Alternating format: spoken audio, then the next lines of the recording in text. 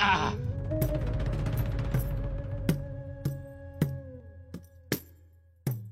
वरच्या डोंगरी खालच्या डोंगरी, मी खीर खाल्ली तर बुड घागरी. गुळ. आता घागर बुडाली तरी चालेल, पण आज खीर खायची, तोंड गोड करायचं. अगं बाई, काय हो हे? खीर? हो काय खीर? तुम्ही कुठे चुली पुढे बसलाय? काय हो? आज सकाळी सकाळी गोड खावंसं वाटलं. तुम्हाला बघितलं तर तुम्ही नाही. तुम्ही गेलात काही न सांगता. मग मीच आपलं भांड उचललं खिरीचं आणि ठेवलं चुलीवर. किती गुळ हा? आता तोंड गोड करायचं म्हटल्यावर गुळ टाकायला नको, मग टाकला भरमसाठ. याचा अर्थ रात्री ज्या कामासाठी बाहेर गेला होता ते काम झालं वाटतं मनासारखं. रात्रीचं काम झालं नाही, तेव्हाच तोंड कडवट झालं होतं, म्हणून बेचैन झालो होतो. पण पुन्हा योग आला गोड करण्याचा, गोड खाण्याचा. खबर मिळाली की जिभेवर खीर ठेवायची गुळमाट. बघा ना, चव कशी झाली आहे ती चाखून बघा.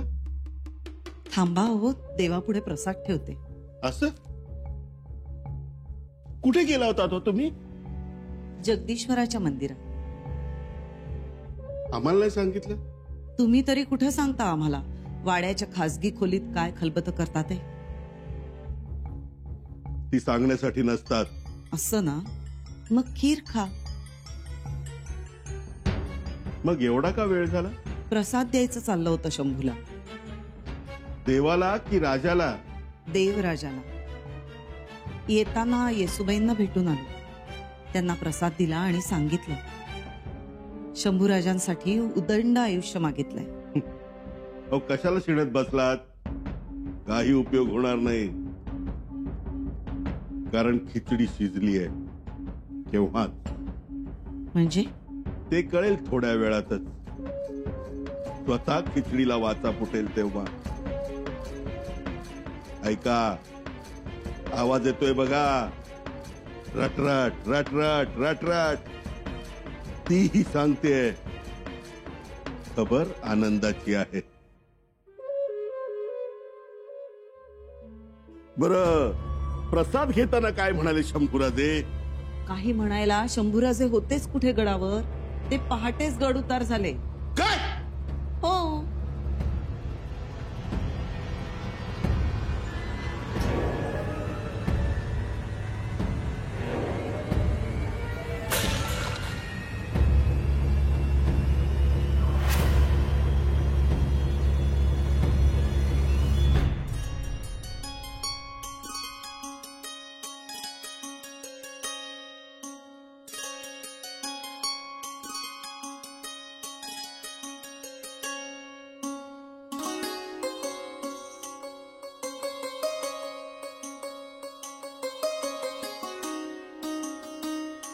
राजे?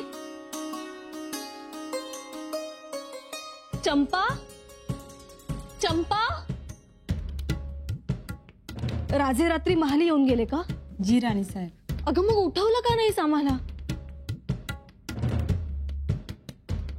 अरे देवा, काय हे? स्वारी पत्र ठेवून जाते आणि आम्हाला त्यांच्या पावलांची चाहूलही लागत नाही. एरवी त्यांच्या पावलांची चाहूल एवढ्या लांबून लागते, पण यावेळी मात्र एवढी काळ झोप लागली की त्यांच्या पावलांची चाहूलही लागली नाही आम्हाला.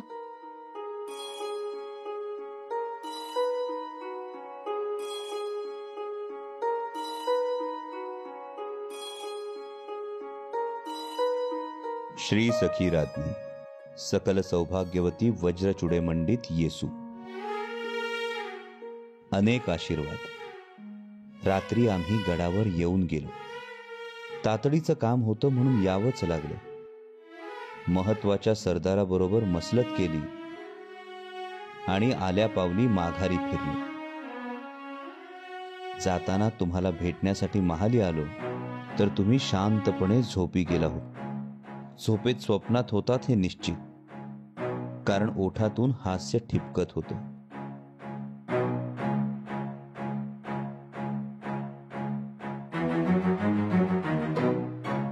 गालावर नेहमीप्रमाणे खळी पडलेली होती आणि आपण राजे राजे असं पुटपुटत होतात.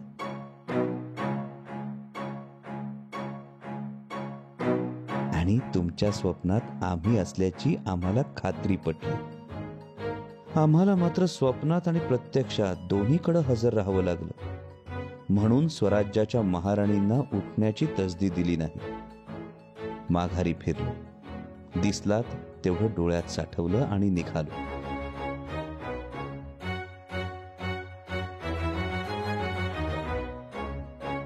शिराळा इथं सैन्य संचयिनी आहे.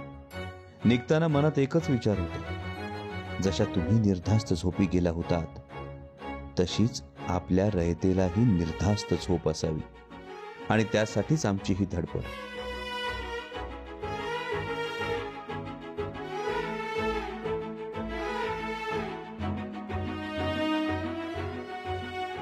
काळजी, लक्ष असू द्या आणि महत्वाचं म्हणजे परवानगीशिवाय कोणासही गडउतार होऊ देऊ नका. नजीकचा काळ कसोटीचा आहे.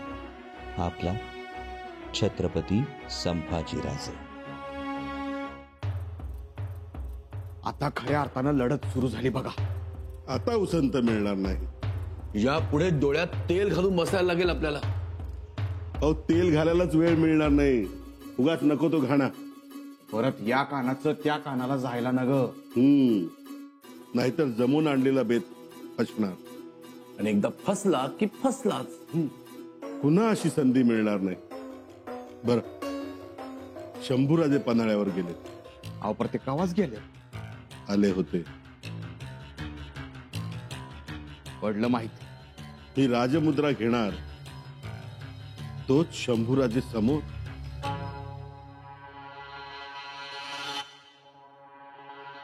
लक्षात ठेवा, महाराजांच्या दुप्पट आणि आपल्या 10 पट माणूस सावध आहे. मला शिक्का मिळाला नाही तो त्यांच्यामुळे. पंत, खबरदारी घ्या. मी बापूजी आणि सूर्याजी यांना पन्हाळ्यावर पाठवलं. त्या आघाडीची काळजी मिटली. पण खात्री आहे ना तुम्हाला ते काम योग्यच करतील म्हणून? हो, पन्हाळ्यावर त्यांचा राबता आहे. मुतपाक खाण्यात काम करणारे आहेत ते. त्याची चिंता नाही. मग जिंकलोच की. सूर्याजी शंभूराजांना जो मासा आवडतो तो पकडण्यात तरबेज.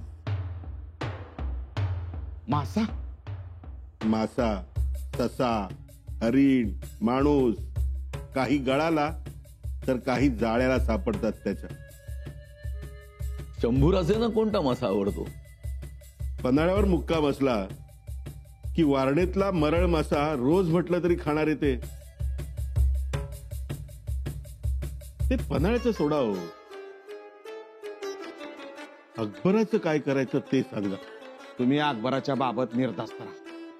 तुम्ही माझ्या सोबत चला. मी आज तुमची भेट घालून देतो. भेट होईल ना. मी वकील म्हणून बातचीत करून आलो. मी आज तुम्हाला स्थितीत पात्र घेऊन जातो. पुढचं तुम्ही बघा. अहो, तिथपर्यंत घेऊन तर त्याला. कोण वाघ आहे तो दाखवा.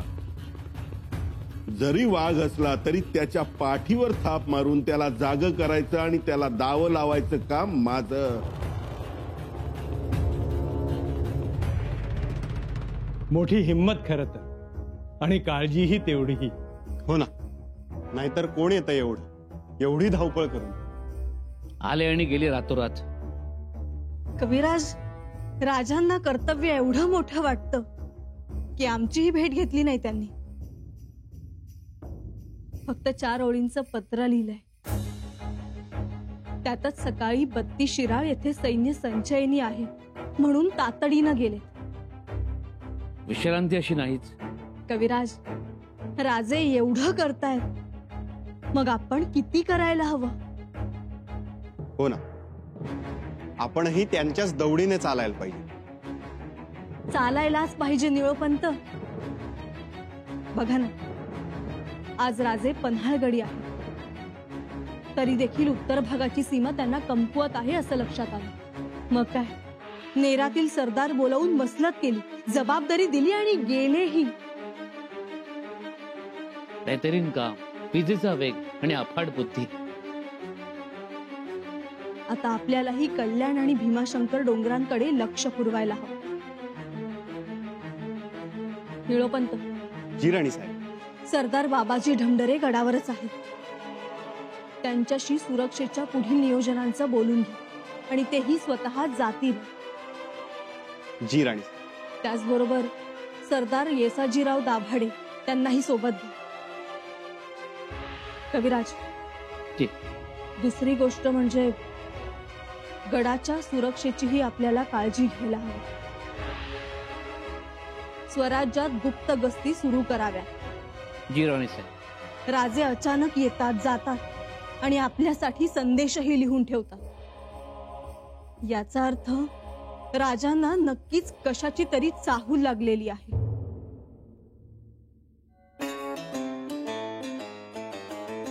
आपण सगळ्यांनी हा इशारा ओळखावा. बिलकुल. आपली काय आज्ञा आहे? आता परवानगीशिवाय कोणालाही गड उतार होऊ देऊ नका. महादरवाजावर निरोप द्या. आणि अनाजी पंत हिरोजी काका नाही आले? खरं तर यायला पाहिजे होते. सेवकांकडे निरोप द्या. अनाजी पंतांना सदरेवर बोलावून घ्या. अनाजी पंतांना? होय, अनाजी पंतांना. हिरोजीराव, एवढं पुरेसं आहे का? अहो चिक्कार झालो. मी एक मोत्याचा कंठा, मोत्याचा हार घेऊन गेलो होतो, तर ती गडी बघतच राहिला होतो. येतं गबाडच आहे. खुश होईल ना अकबर? तर हो, पण एवढं द्यायचं फुकटात? आता द्यायचं, पण नंतर दाम दुप्पट वसूल करायचं.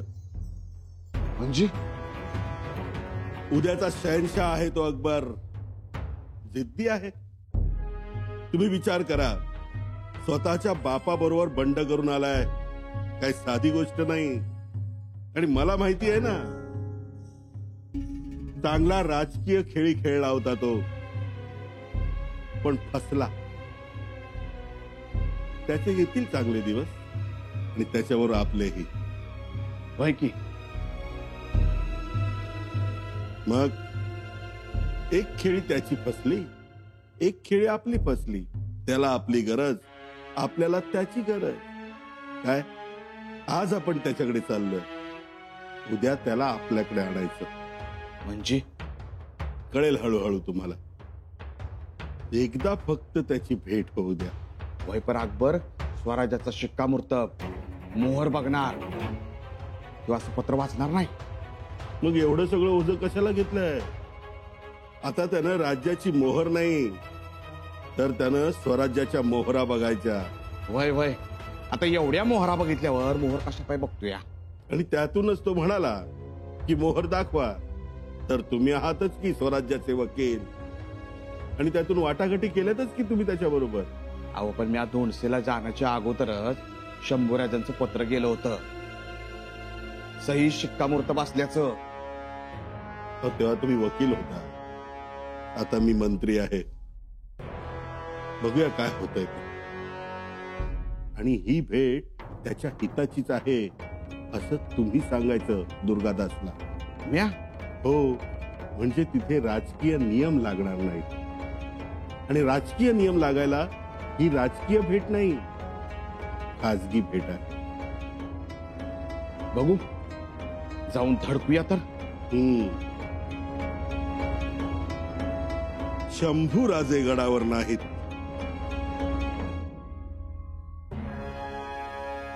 या संधीचा फायदा आपण घ्यायचा. चला. क्या बात है बादशाह, आपका मिजाज कुछ ठीक न लगे? हालात ही कुछ ऐसे हैं राणा जी, आप देखिए ना. एक सच्ची बात कहूं, थारे को ऐसा उदास देखकर मारे दिल को बहुत दुख लगे. राणा जी, आपका ये प्यार हमारे लिए सम्मान है, हम जानते हैं इस बात को। लेकिन जब हमें हमारा भविष्य ही गर्दिश में नजर आ रहा हो तो हम ठीक कैसे लग सकते हैं? हमारी बुनियाद संभाजी राजा पर टिकी हुई है। संभाजी राजा तो आपसे नहीं मिले, पर हिरोजी राव तो मिल के गए है। राणा जी, कभी कभी हमें लगता है कि कहीं संभाजी राजा हमारे साथ कोई खेल तो नहीं खेल रहे। ना मने ऐसा ना लगे।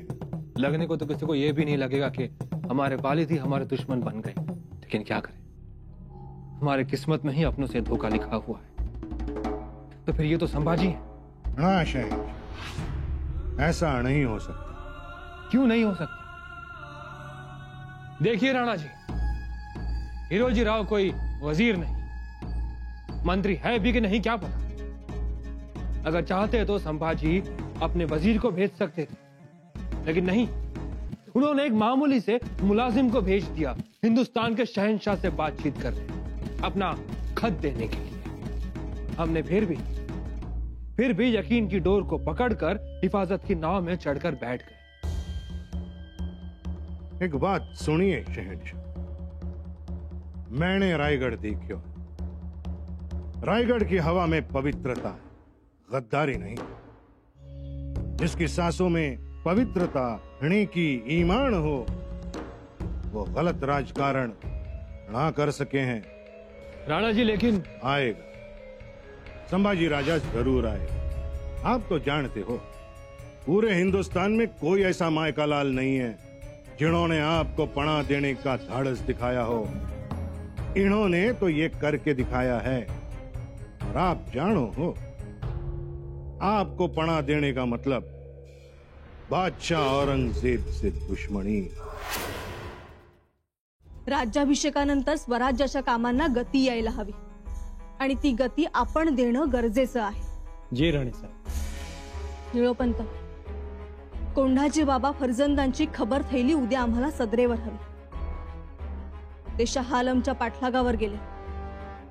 गडावर येताच त्यांना आम्हाला दुसरी जबाबदारी सोपवायची आहे. जी राणी साहेब. कविराज, दुसरी महत्वाची गोष्ट, काझी हैदर, प्रल्हाद पंत यांनी थांबवलेले कज्जे खटले तातडीने सोडवण्यात यावेत. तशा तुम्ही सूचना द्या. जी. अनाजी पंत आल्यानंतर जी दानपत्र राज्याभिषेक सोहळ्यामुळे बजावण्याची राहिली असतील ती, आणि त्याचबरोबर चाफळ, नीम, केळशी, पारगाव, चिंचवड या मठांच्या ज्या काही मागण्या असतील त्या समोर ठेवण्यास सांगाव्या. मुजरा राणी साहेब, अनाजी पंत वाड्यात नाहीत. वाड्यात नाहीत? मग जगदीश्वराच्या मंदिरात बघा, किंवा हिरोजी काकांच्या वाड्यावर बघा. माफी असावी राणी साहेब, दोघेही गड उतार झालेत.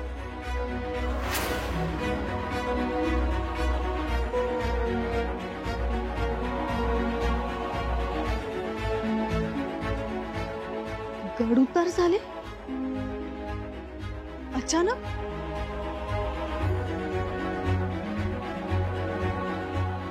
कोणतीच वर्दी न देता?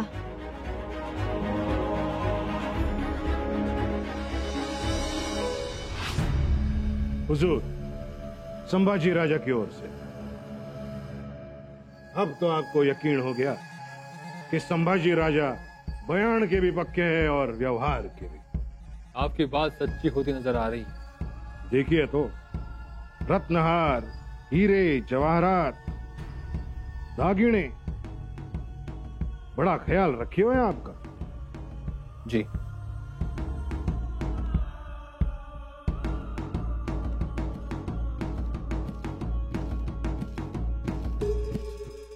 लेकिन राणा जी, हम खुद संभाजी राजा से मिलना चाहते हैं।